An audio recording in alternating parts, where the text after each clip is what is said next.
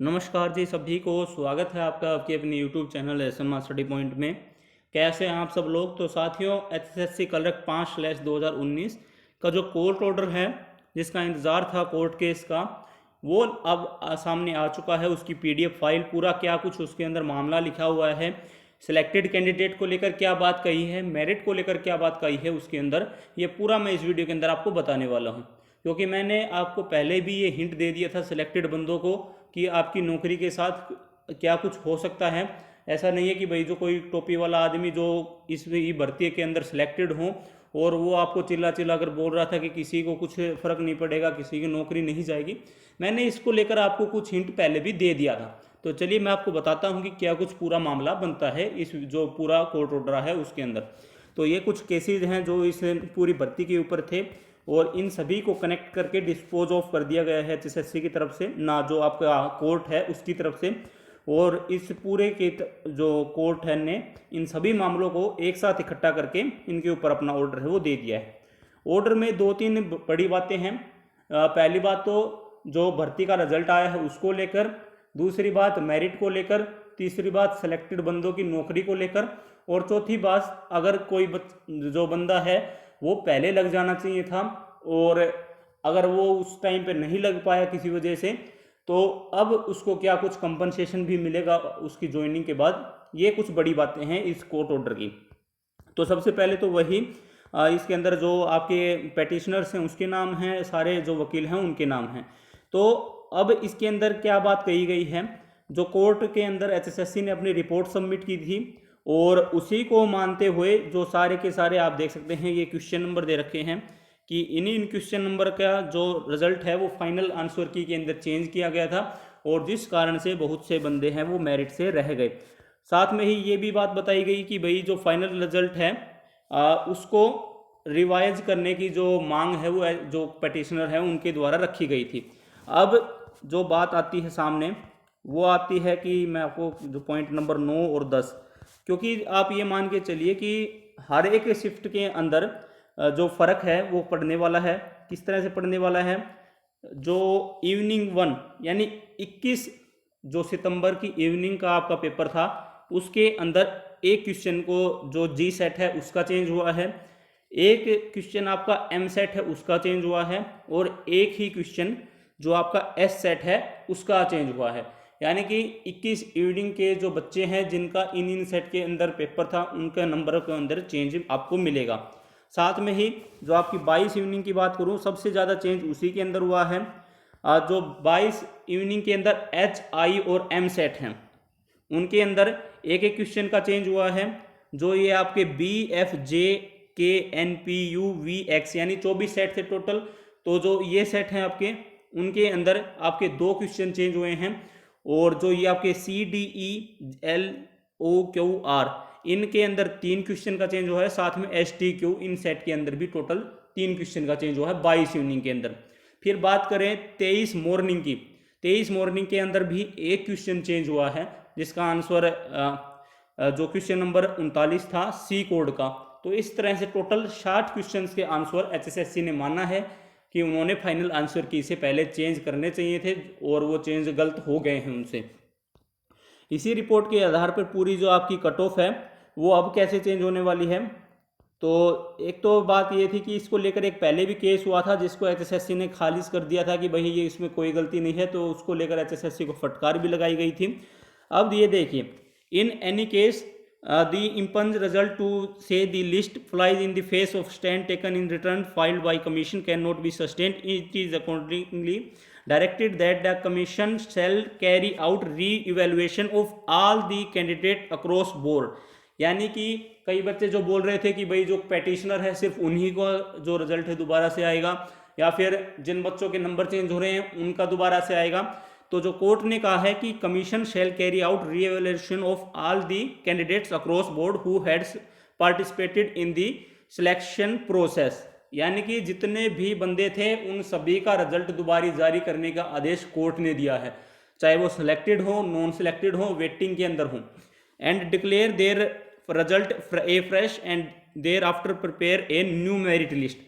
यानी कि उनका रिजल्ट दोबारा जारी होगा तो आपको पता है कि दोबारा से मेरिट बनेगी और अगर कोई बच्चा उस मेरिट के अंदर, चाहे वो सिलेक्टेड हो नॉन सिलेक्टेड हो, अगर वो आता है तो ही उसको जॉब मिलेगी, अदरवाइज कुछ ना कुछ आपको चेंज करना पड़ेगा। ये जो कोर्ट ने ऑर्डर दे दिया गया है। रिजल्ट जो फाइनल रिजल्ट है 3/9/2020 उसके बारे में बात की गई है। ऑब्वियस सी बात है कि जो फाइनल रिजल्ट होता है जिसके ऊपर आपको ज्वाइनिंग मिलती है, जिसके बेस पे सिर्फ उसको बारे में बात की गई है, डीवी के रिजल्ट के बारे में अब बात नहीं की है। पर हो सकता है कि डीवी का रिजल्ट भी आपका दोबारा आए, क्योंकि जो कैंसिल होता है, जो रद्द होता है, वो हमेशा फाइनल रिजल्ट ही होता है। ये नहीं होता कि रिटर्न का रिजल्ट भी आपने कैंसिल कर दिया, क्योंकि उसके बेस पे किसी की ज्वाइनिंग नहीं की होती है। और एचएसएससी ने ये माना है कि जो डीवी का रिजल्ट आया था उसके अंदर ये चेंज नहीं थे, पर फाइनल रिजल्ट से पहले उन्होंने ये आंसर की के अंदर चेंज कर दिए थे। तो अब दोबारा से मेरिट बनाई की कोशिश ये कही है कोर्ट ने कि दोबारा से आप मेरिट बनाए। अब बात करते हैं सिलेक्टेड बंदों की, क्या उनका क्या होने वाला है। However since the selected candidate in the interregnum have already been appointed and are not party before this court, in order to balance the equities, it is made clear that they shall be allowed to continue in service, subject of course in their being found meritorious on preparation of fresh merit list as aforesaid। अब बात आ जाती है कि जो बंदे selected थे नौकरी के अंदर उनके ऊपर क्या इम्पैक्ट पड़ने वाला है। तो पहली बात तो यही कि एचएसएससी ने एक रिपोर्ट फाइल की थी 25 अप्रैल को, उसमें कहा था कि सिलेक्टेड बंदों को भी पार्टी बनाओ ताकि इस केस को और लंबा खींचा जा सकता था। पर कोर्ट ने उनको जो एचएसएससी की रिपोर्ट के आधार पे ही अपना फैसला सुनाया है। तो ये बात बोली है कि वो पार्टी नहीं थे, पर अगर मेरिट के अंदर कुछ भी चेंज आता है तो अगर उनकी अपॉइंटमेंट भी उसके संकट के अंदर आ जाएगी, क्योंकि उनकी अपॉइंटमेंट है वो उसी मेरिट के ऊपर बनी हुई है। In case any candidate already selected does not make the cut as per the fresh merit list, he shall be issued notice prior to take any adverse action require him her। यानी कि अगर कोई बंदा selected है और वो इस cut off से बाहर चला जाता है तो उसको सीधा नहीं हटाया जाएगा, उसको पहले तो एक नोटिस दिया जाएगा। साथ में ही needless to say such a candidate shall be liability to seek appropriate remedy in accordance with law if so advised. यानी कि अगर कोई बंदा इस मेरिट से बाहर चला जाता है और अभी नौकरी कर रहा है तो उसको एक नोटिस दिया जाएगा पहले। उस साथ में ही उस बंदे के पास ऑप्शन रहेगा कि अगर वो जाना चाहता है तो वो कोर्ट के अंदर जाके और अपने लिए बही बचाव कर सकता है, या फिर एचएसएससी उसको एडजस्ट करेगी वैकेंसी बढ़ाकर। कोर्ट ने अभी यही कहा है कि भाई जो बंदा अगर बाहर जा रहा है उसको बाहर निकालो, उसको एक नोटिस दे दो। तो ये थी बात सिलेक्टेड नॉन सिलेक्टेड की। अब बात आती है कि क्या कुछ इम्पैक्ट इस भर्ती के अंदर आगे होने वाला है। तो मैंने आपको एक पहले की वीडियो के अंदर भी बता दिया था कि कट ऑफ को लेकर क्या बात है, वेटिंग को लेकर क्या बात है। तो अगर मैं बताऊं तो कट ऑफ पूरे आसार हैं कि 1 से 2 नंबर आपके नीचे चले जाएं, क्योंकि बहुत ज़्यादा फर्क पड़ जाता है 3 क्वेश्चंस का। जो बंदे ऑलरेडी नौकरी कर रहे हैं अगर उनका एक भी क्वेश्चन गलत हो जाए, कोई बंदा 62+5 लेके नौकरी कर रहा हूँ, अगर आपकी ईडब्ल्यूएस कैटेगरी के अंदर 63+5 लेके, जो कि 63 आपकी कट ऑफ थी किसकी, डीवी की, और अगर उसका एक नंबर घट गया तो वो डीवी की कट ऑफ से ही बाहर हो गया, यानी कि वो मेरिट से भी बाहर हो जाएगा। तो सीधी सीधी बात बहुत ज़्यादा फर्क होने वाला है और हो सकता है कि काफ़ी सारे बच्चों के ऊपर इसका इम्पैक्ट पड़े। 23 इवनिंग वाले बच्चे हैं उनके नंबर तो उतने के उतने हैं, अगर वो मेरिट में हैं तो अपने आप को सेफ माने कहीं ना कहीं, तो उनके ऊपर मेरिट के हिसाब से ज़्यादा चेंज नहीं होगा। मेरिट अगर ऊपर नीचे होती है तो अलग बात है, मेरे हिसाब से मेरिट है आपकी नीचे आने वाली है।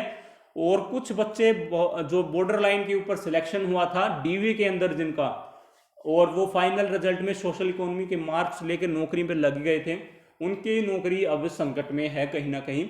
पर उनके पास ऑप्शन रहेगा कि भाई वो कोर्ट में जाके दोबारा से अपने लिए प्ली डालें, और एचएसएससी उनको एडजस्ट कर सकती है। बहुत बार देखा भी है कि वैकेंसी वगैरह बढ़ाकर उनको एडजस्ट किया भी गया है। साथ में ये भी कहा गया है कि भाई कमीशन की जो गलती है उसकी वजह से कुछ बच्चे जो नौकरी नहीं लगे टाइम के ऊपर, तो हो सकता है कि उनको कंपनसेशन भी एचएसएससी की तरफ से या बोर्ड की सरकार की तरफ से दिया जाए, जिसकी उम्मीदें बहुत कम है। उसको लेकर भी आपका एक लंबा कोर्ट केस द्वारा प्रक्रिया चलती रहती है।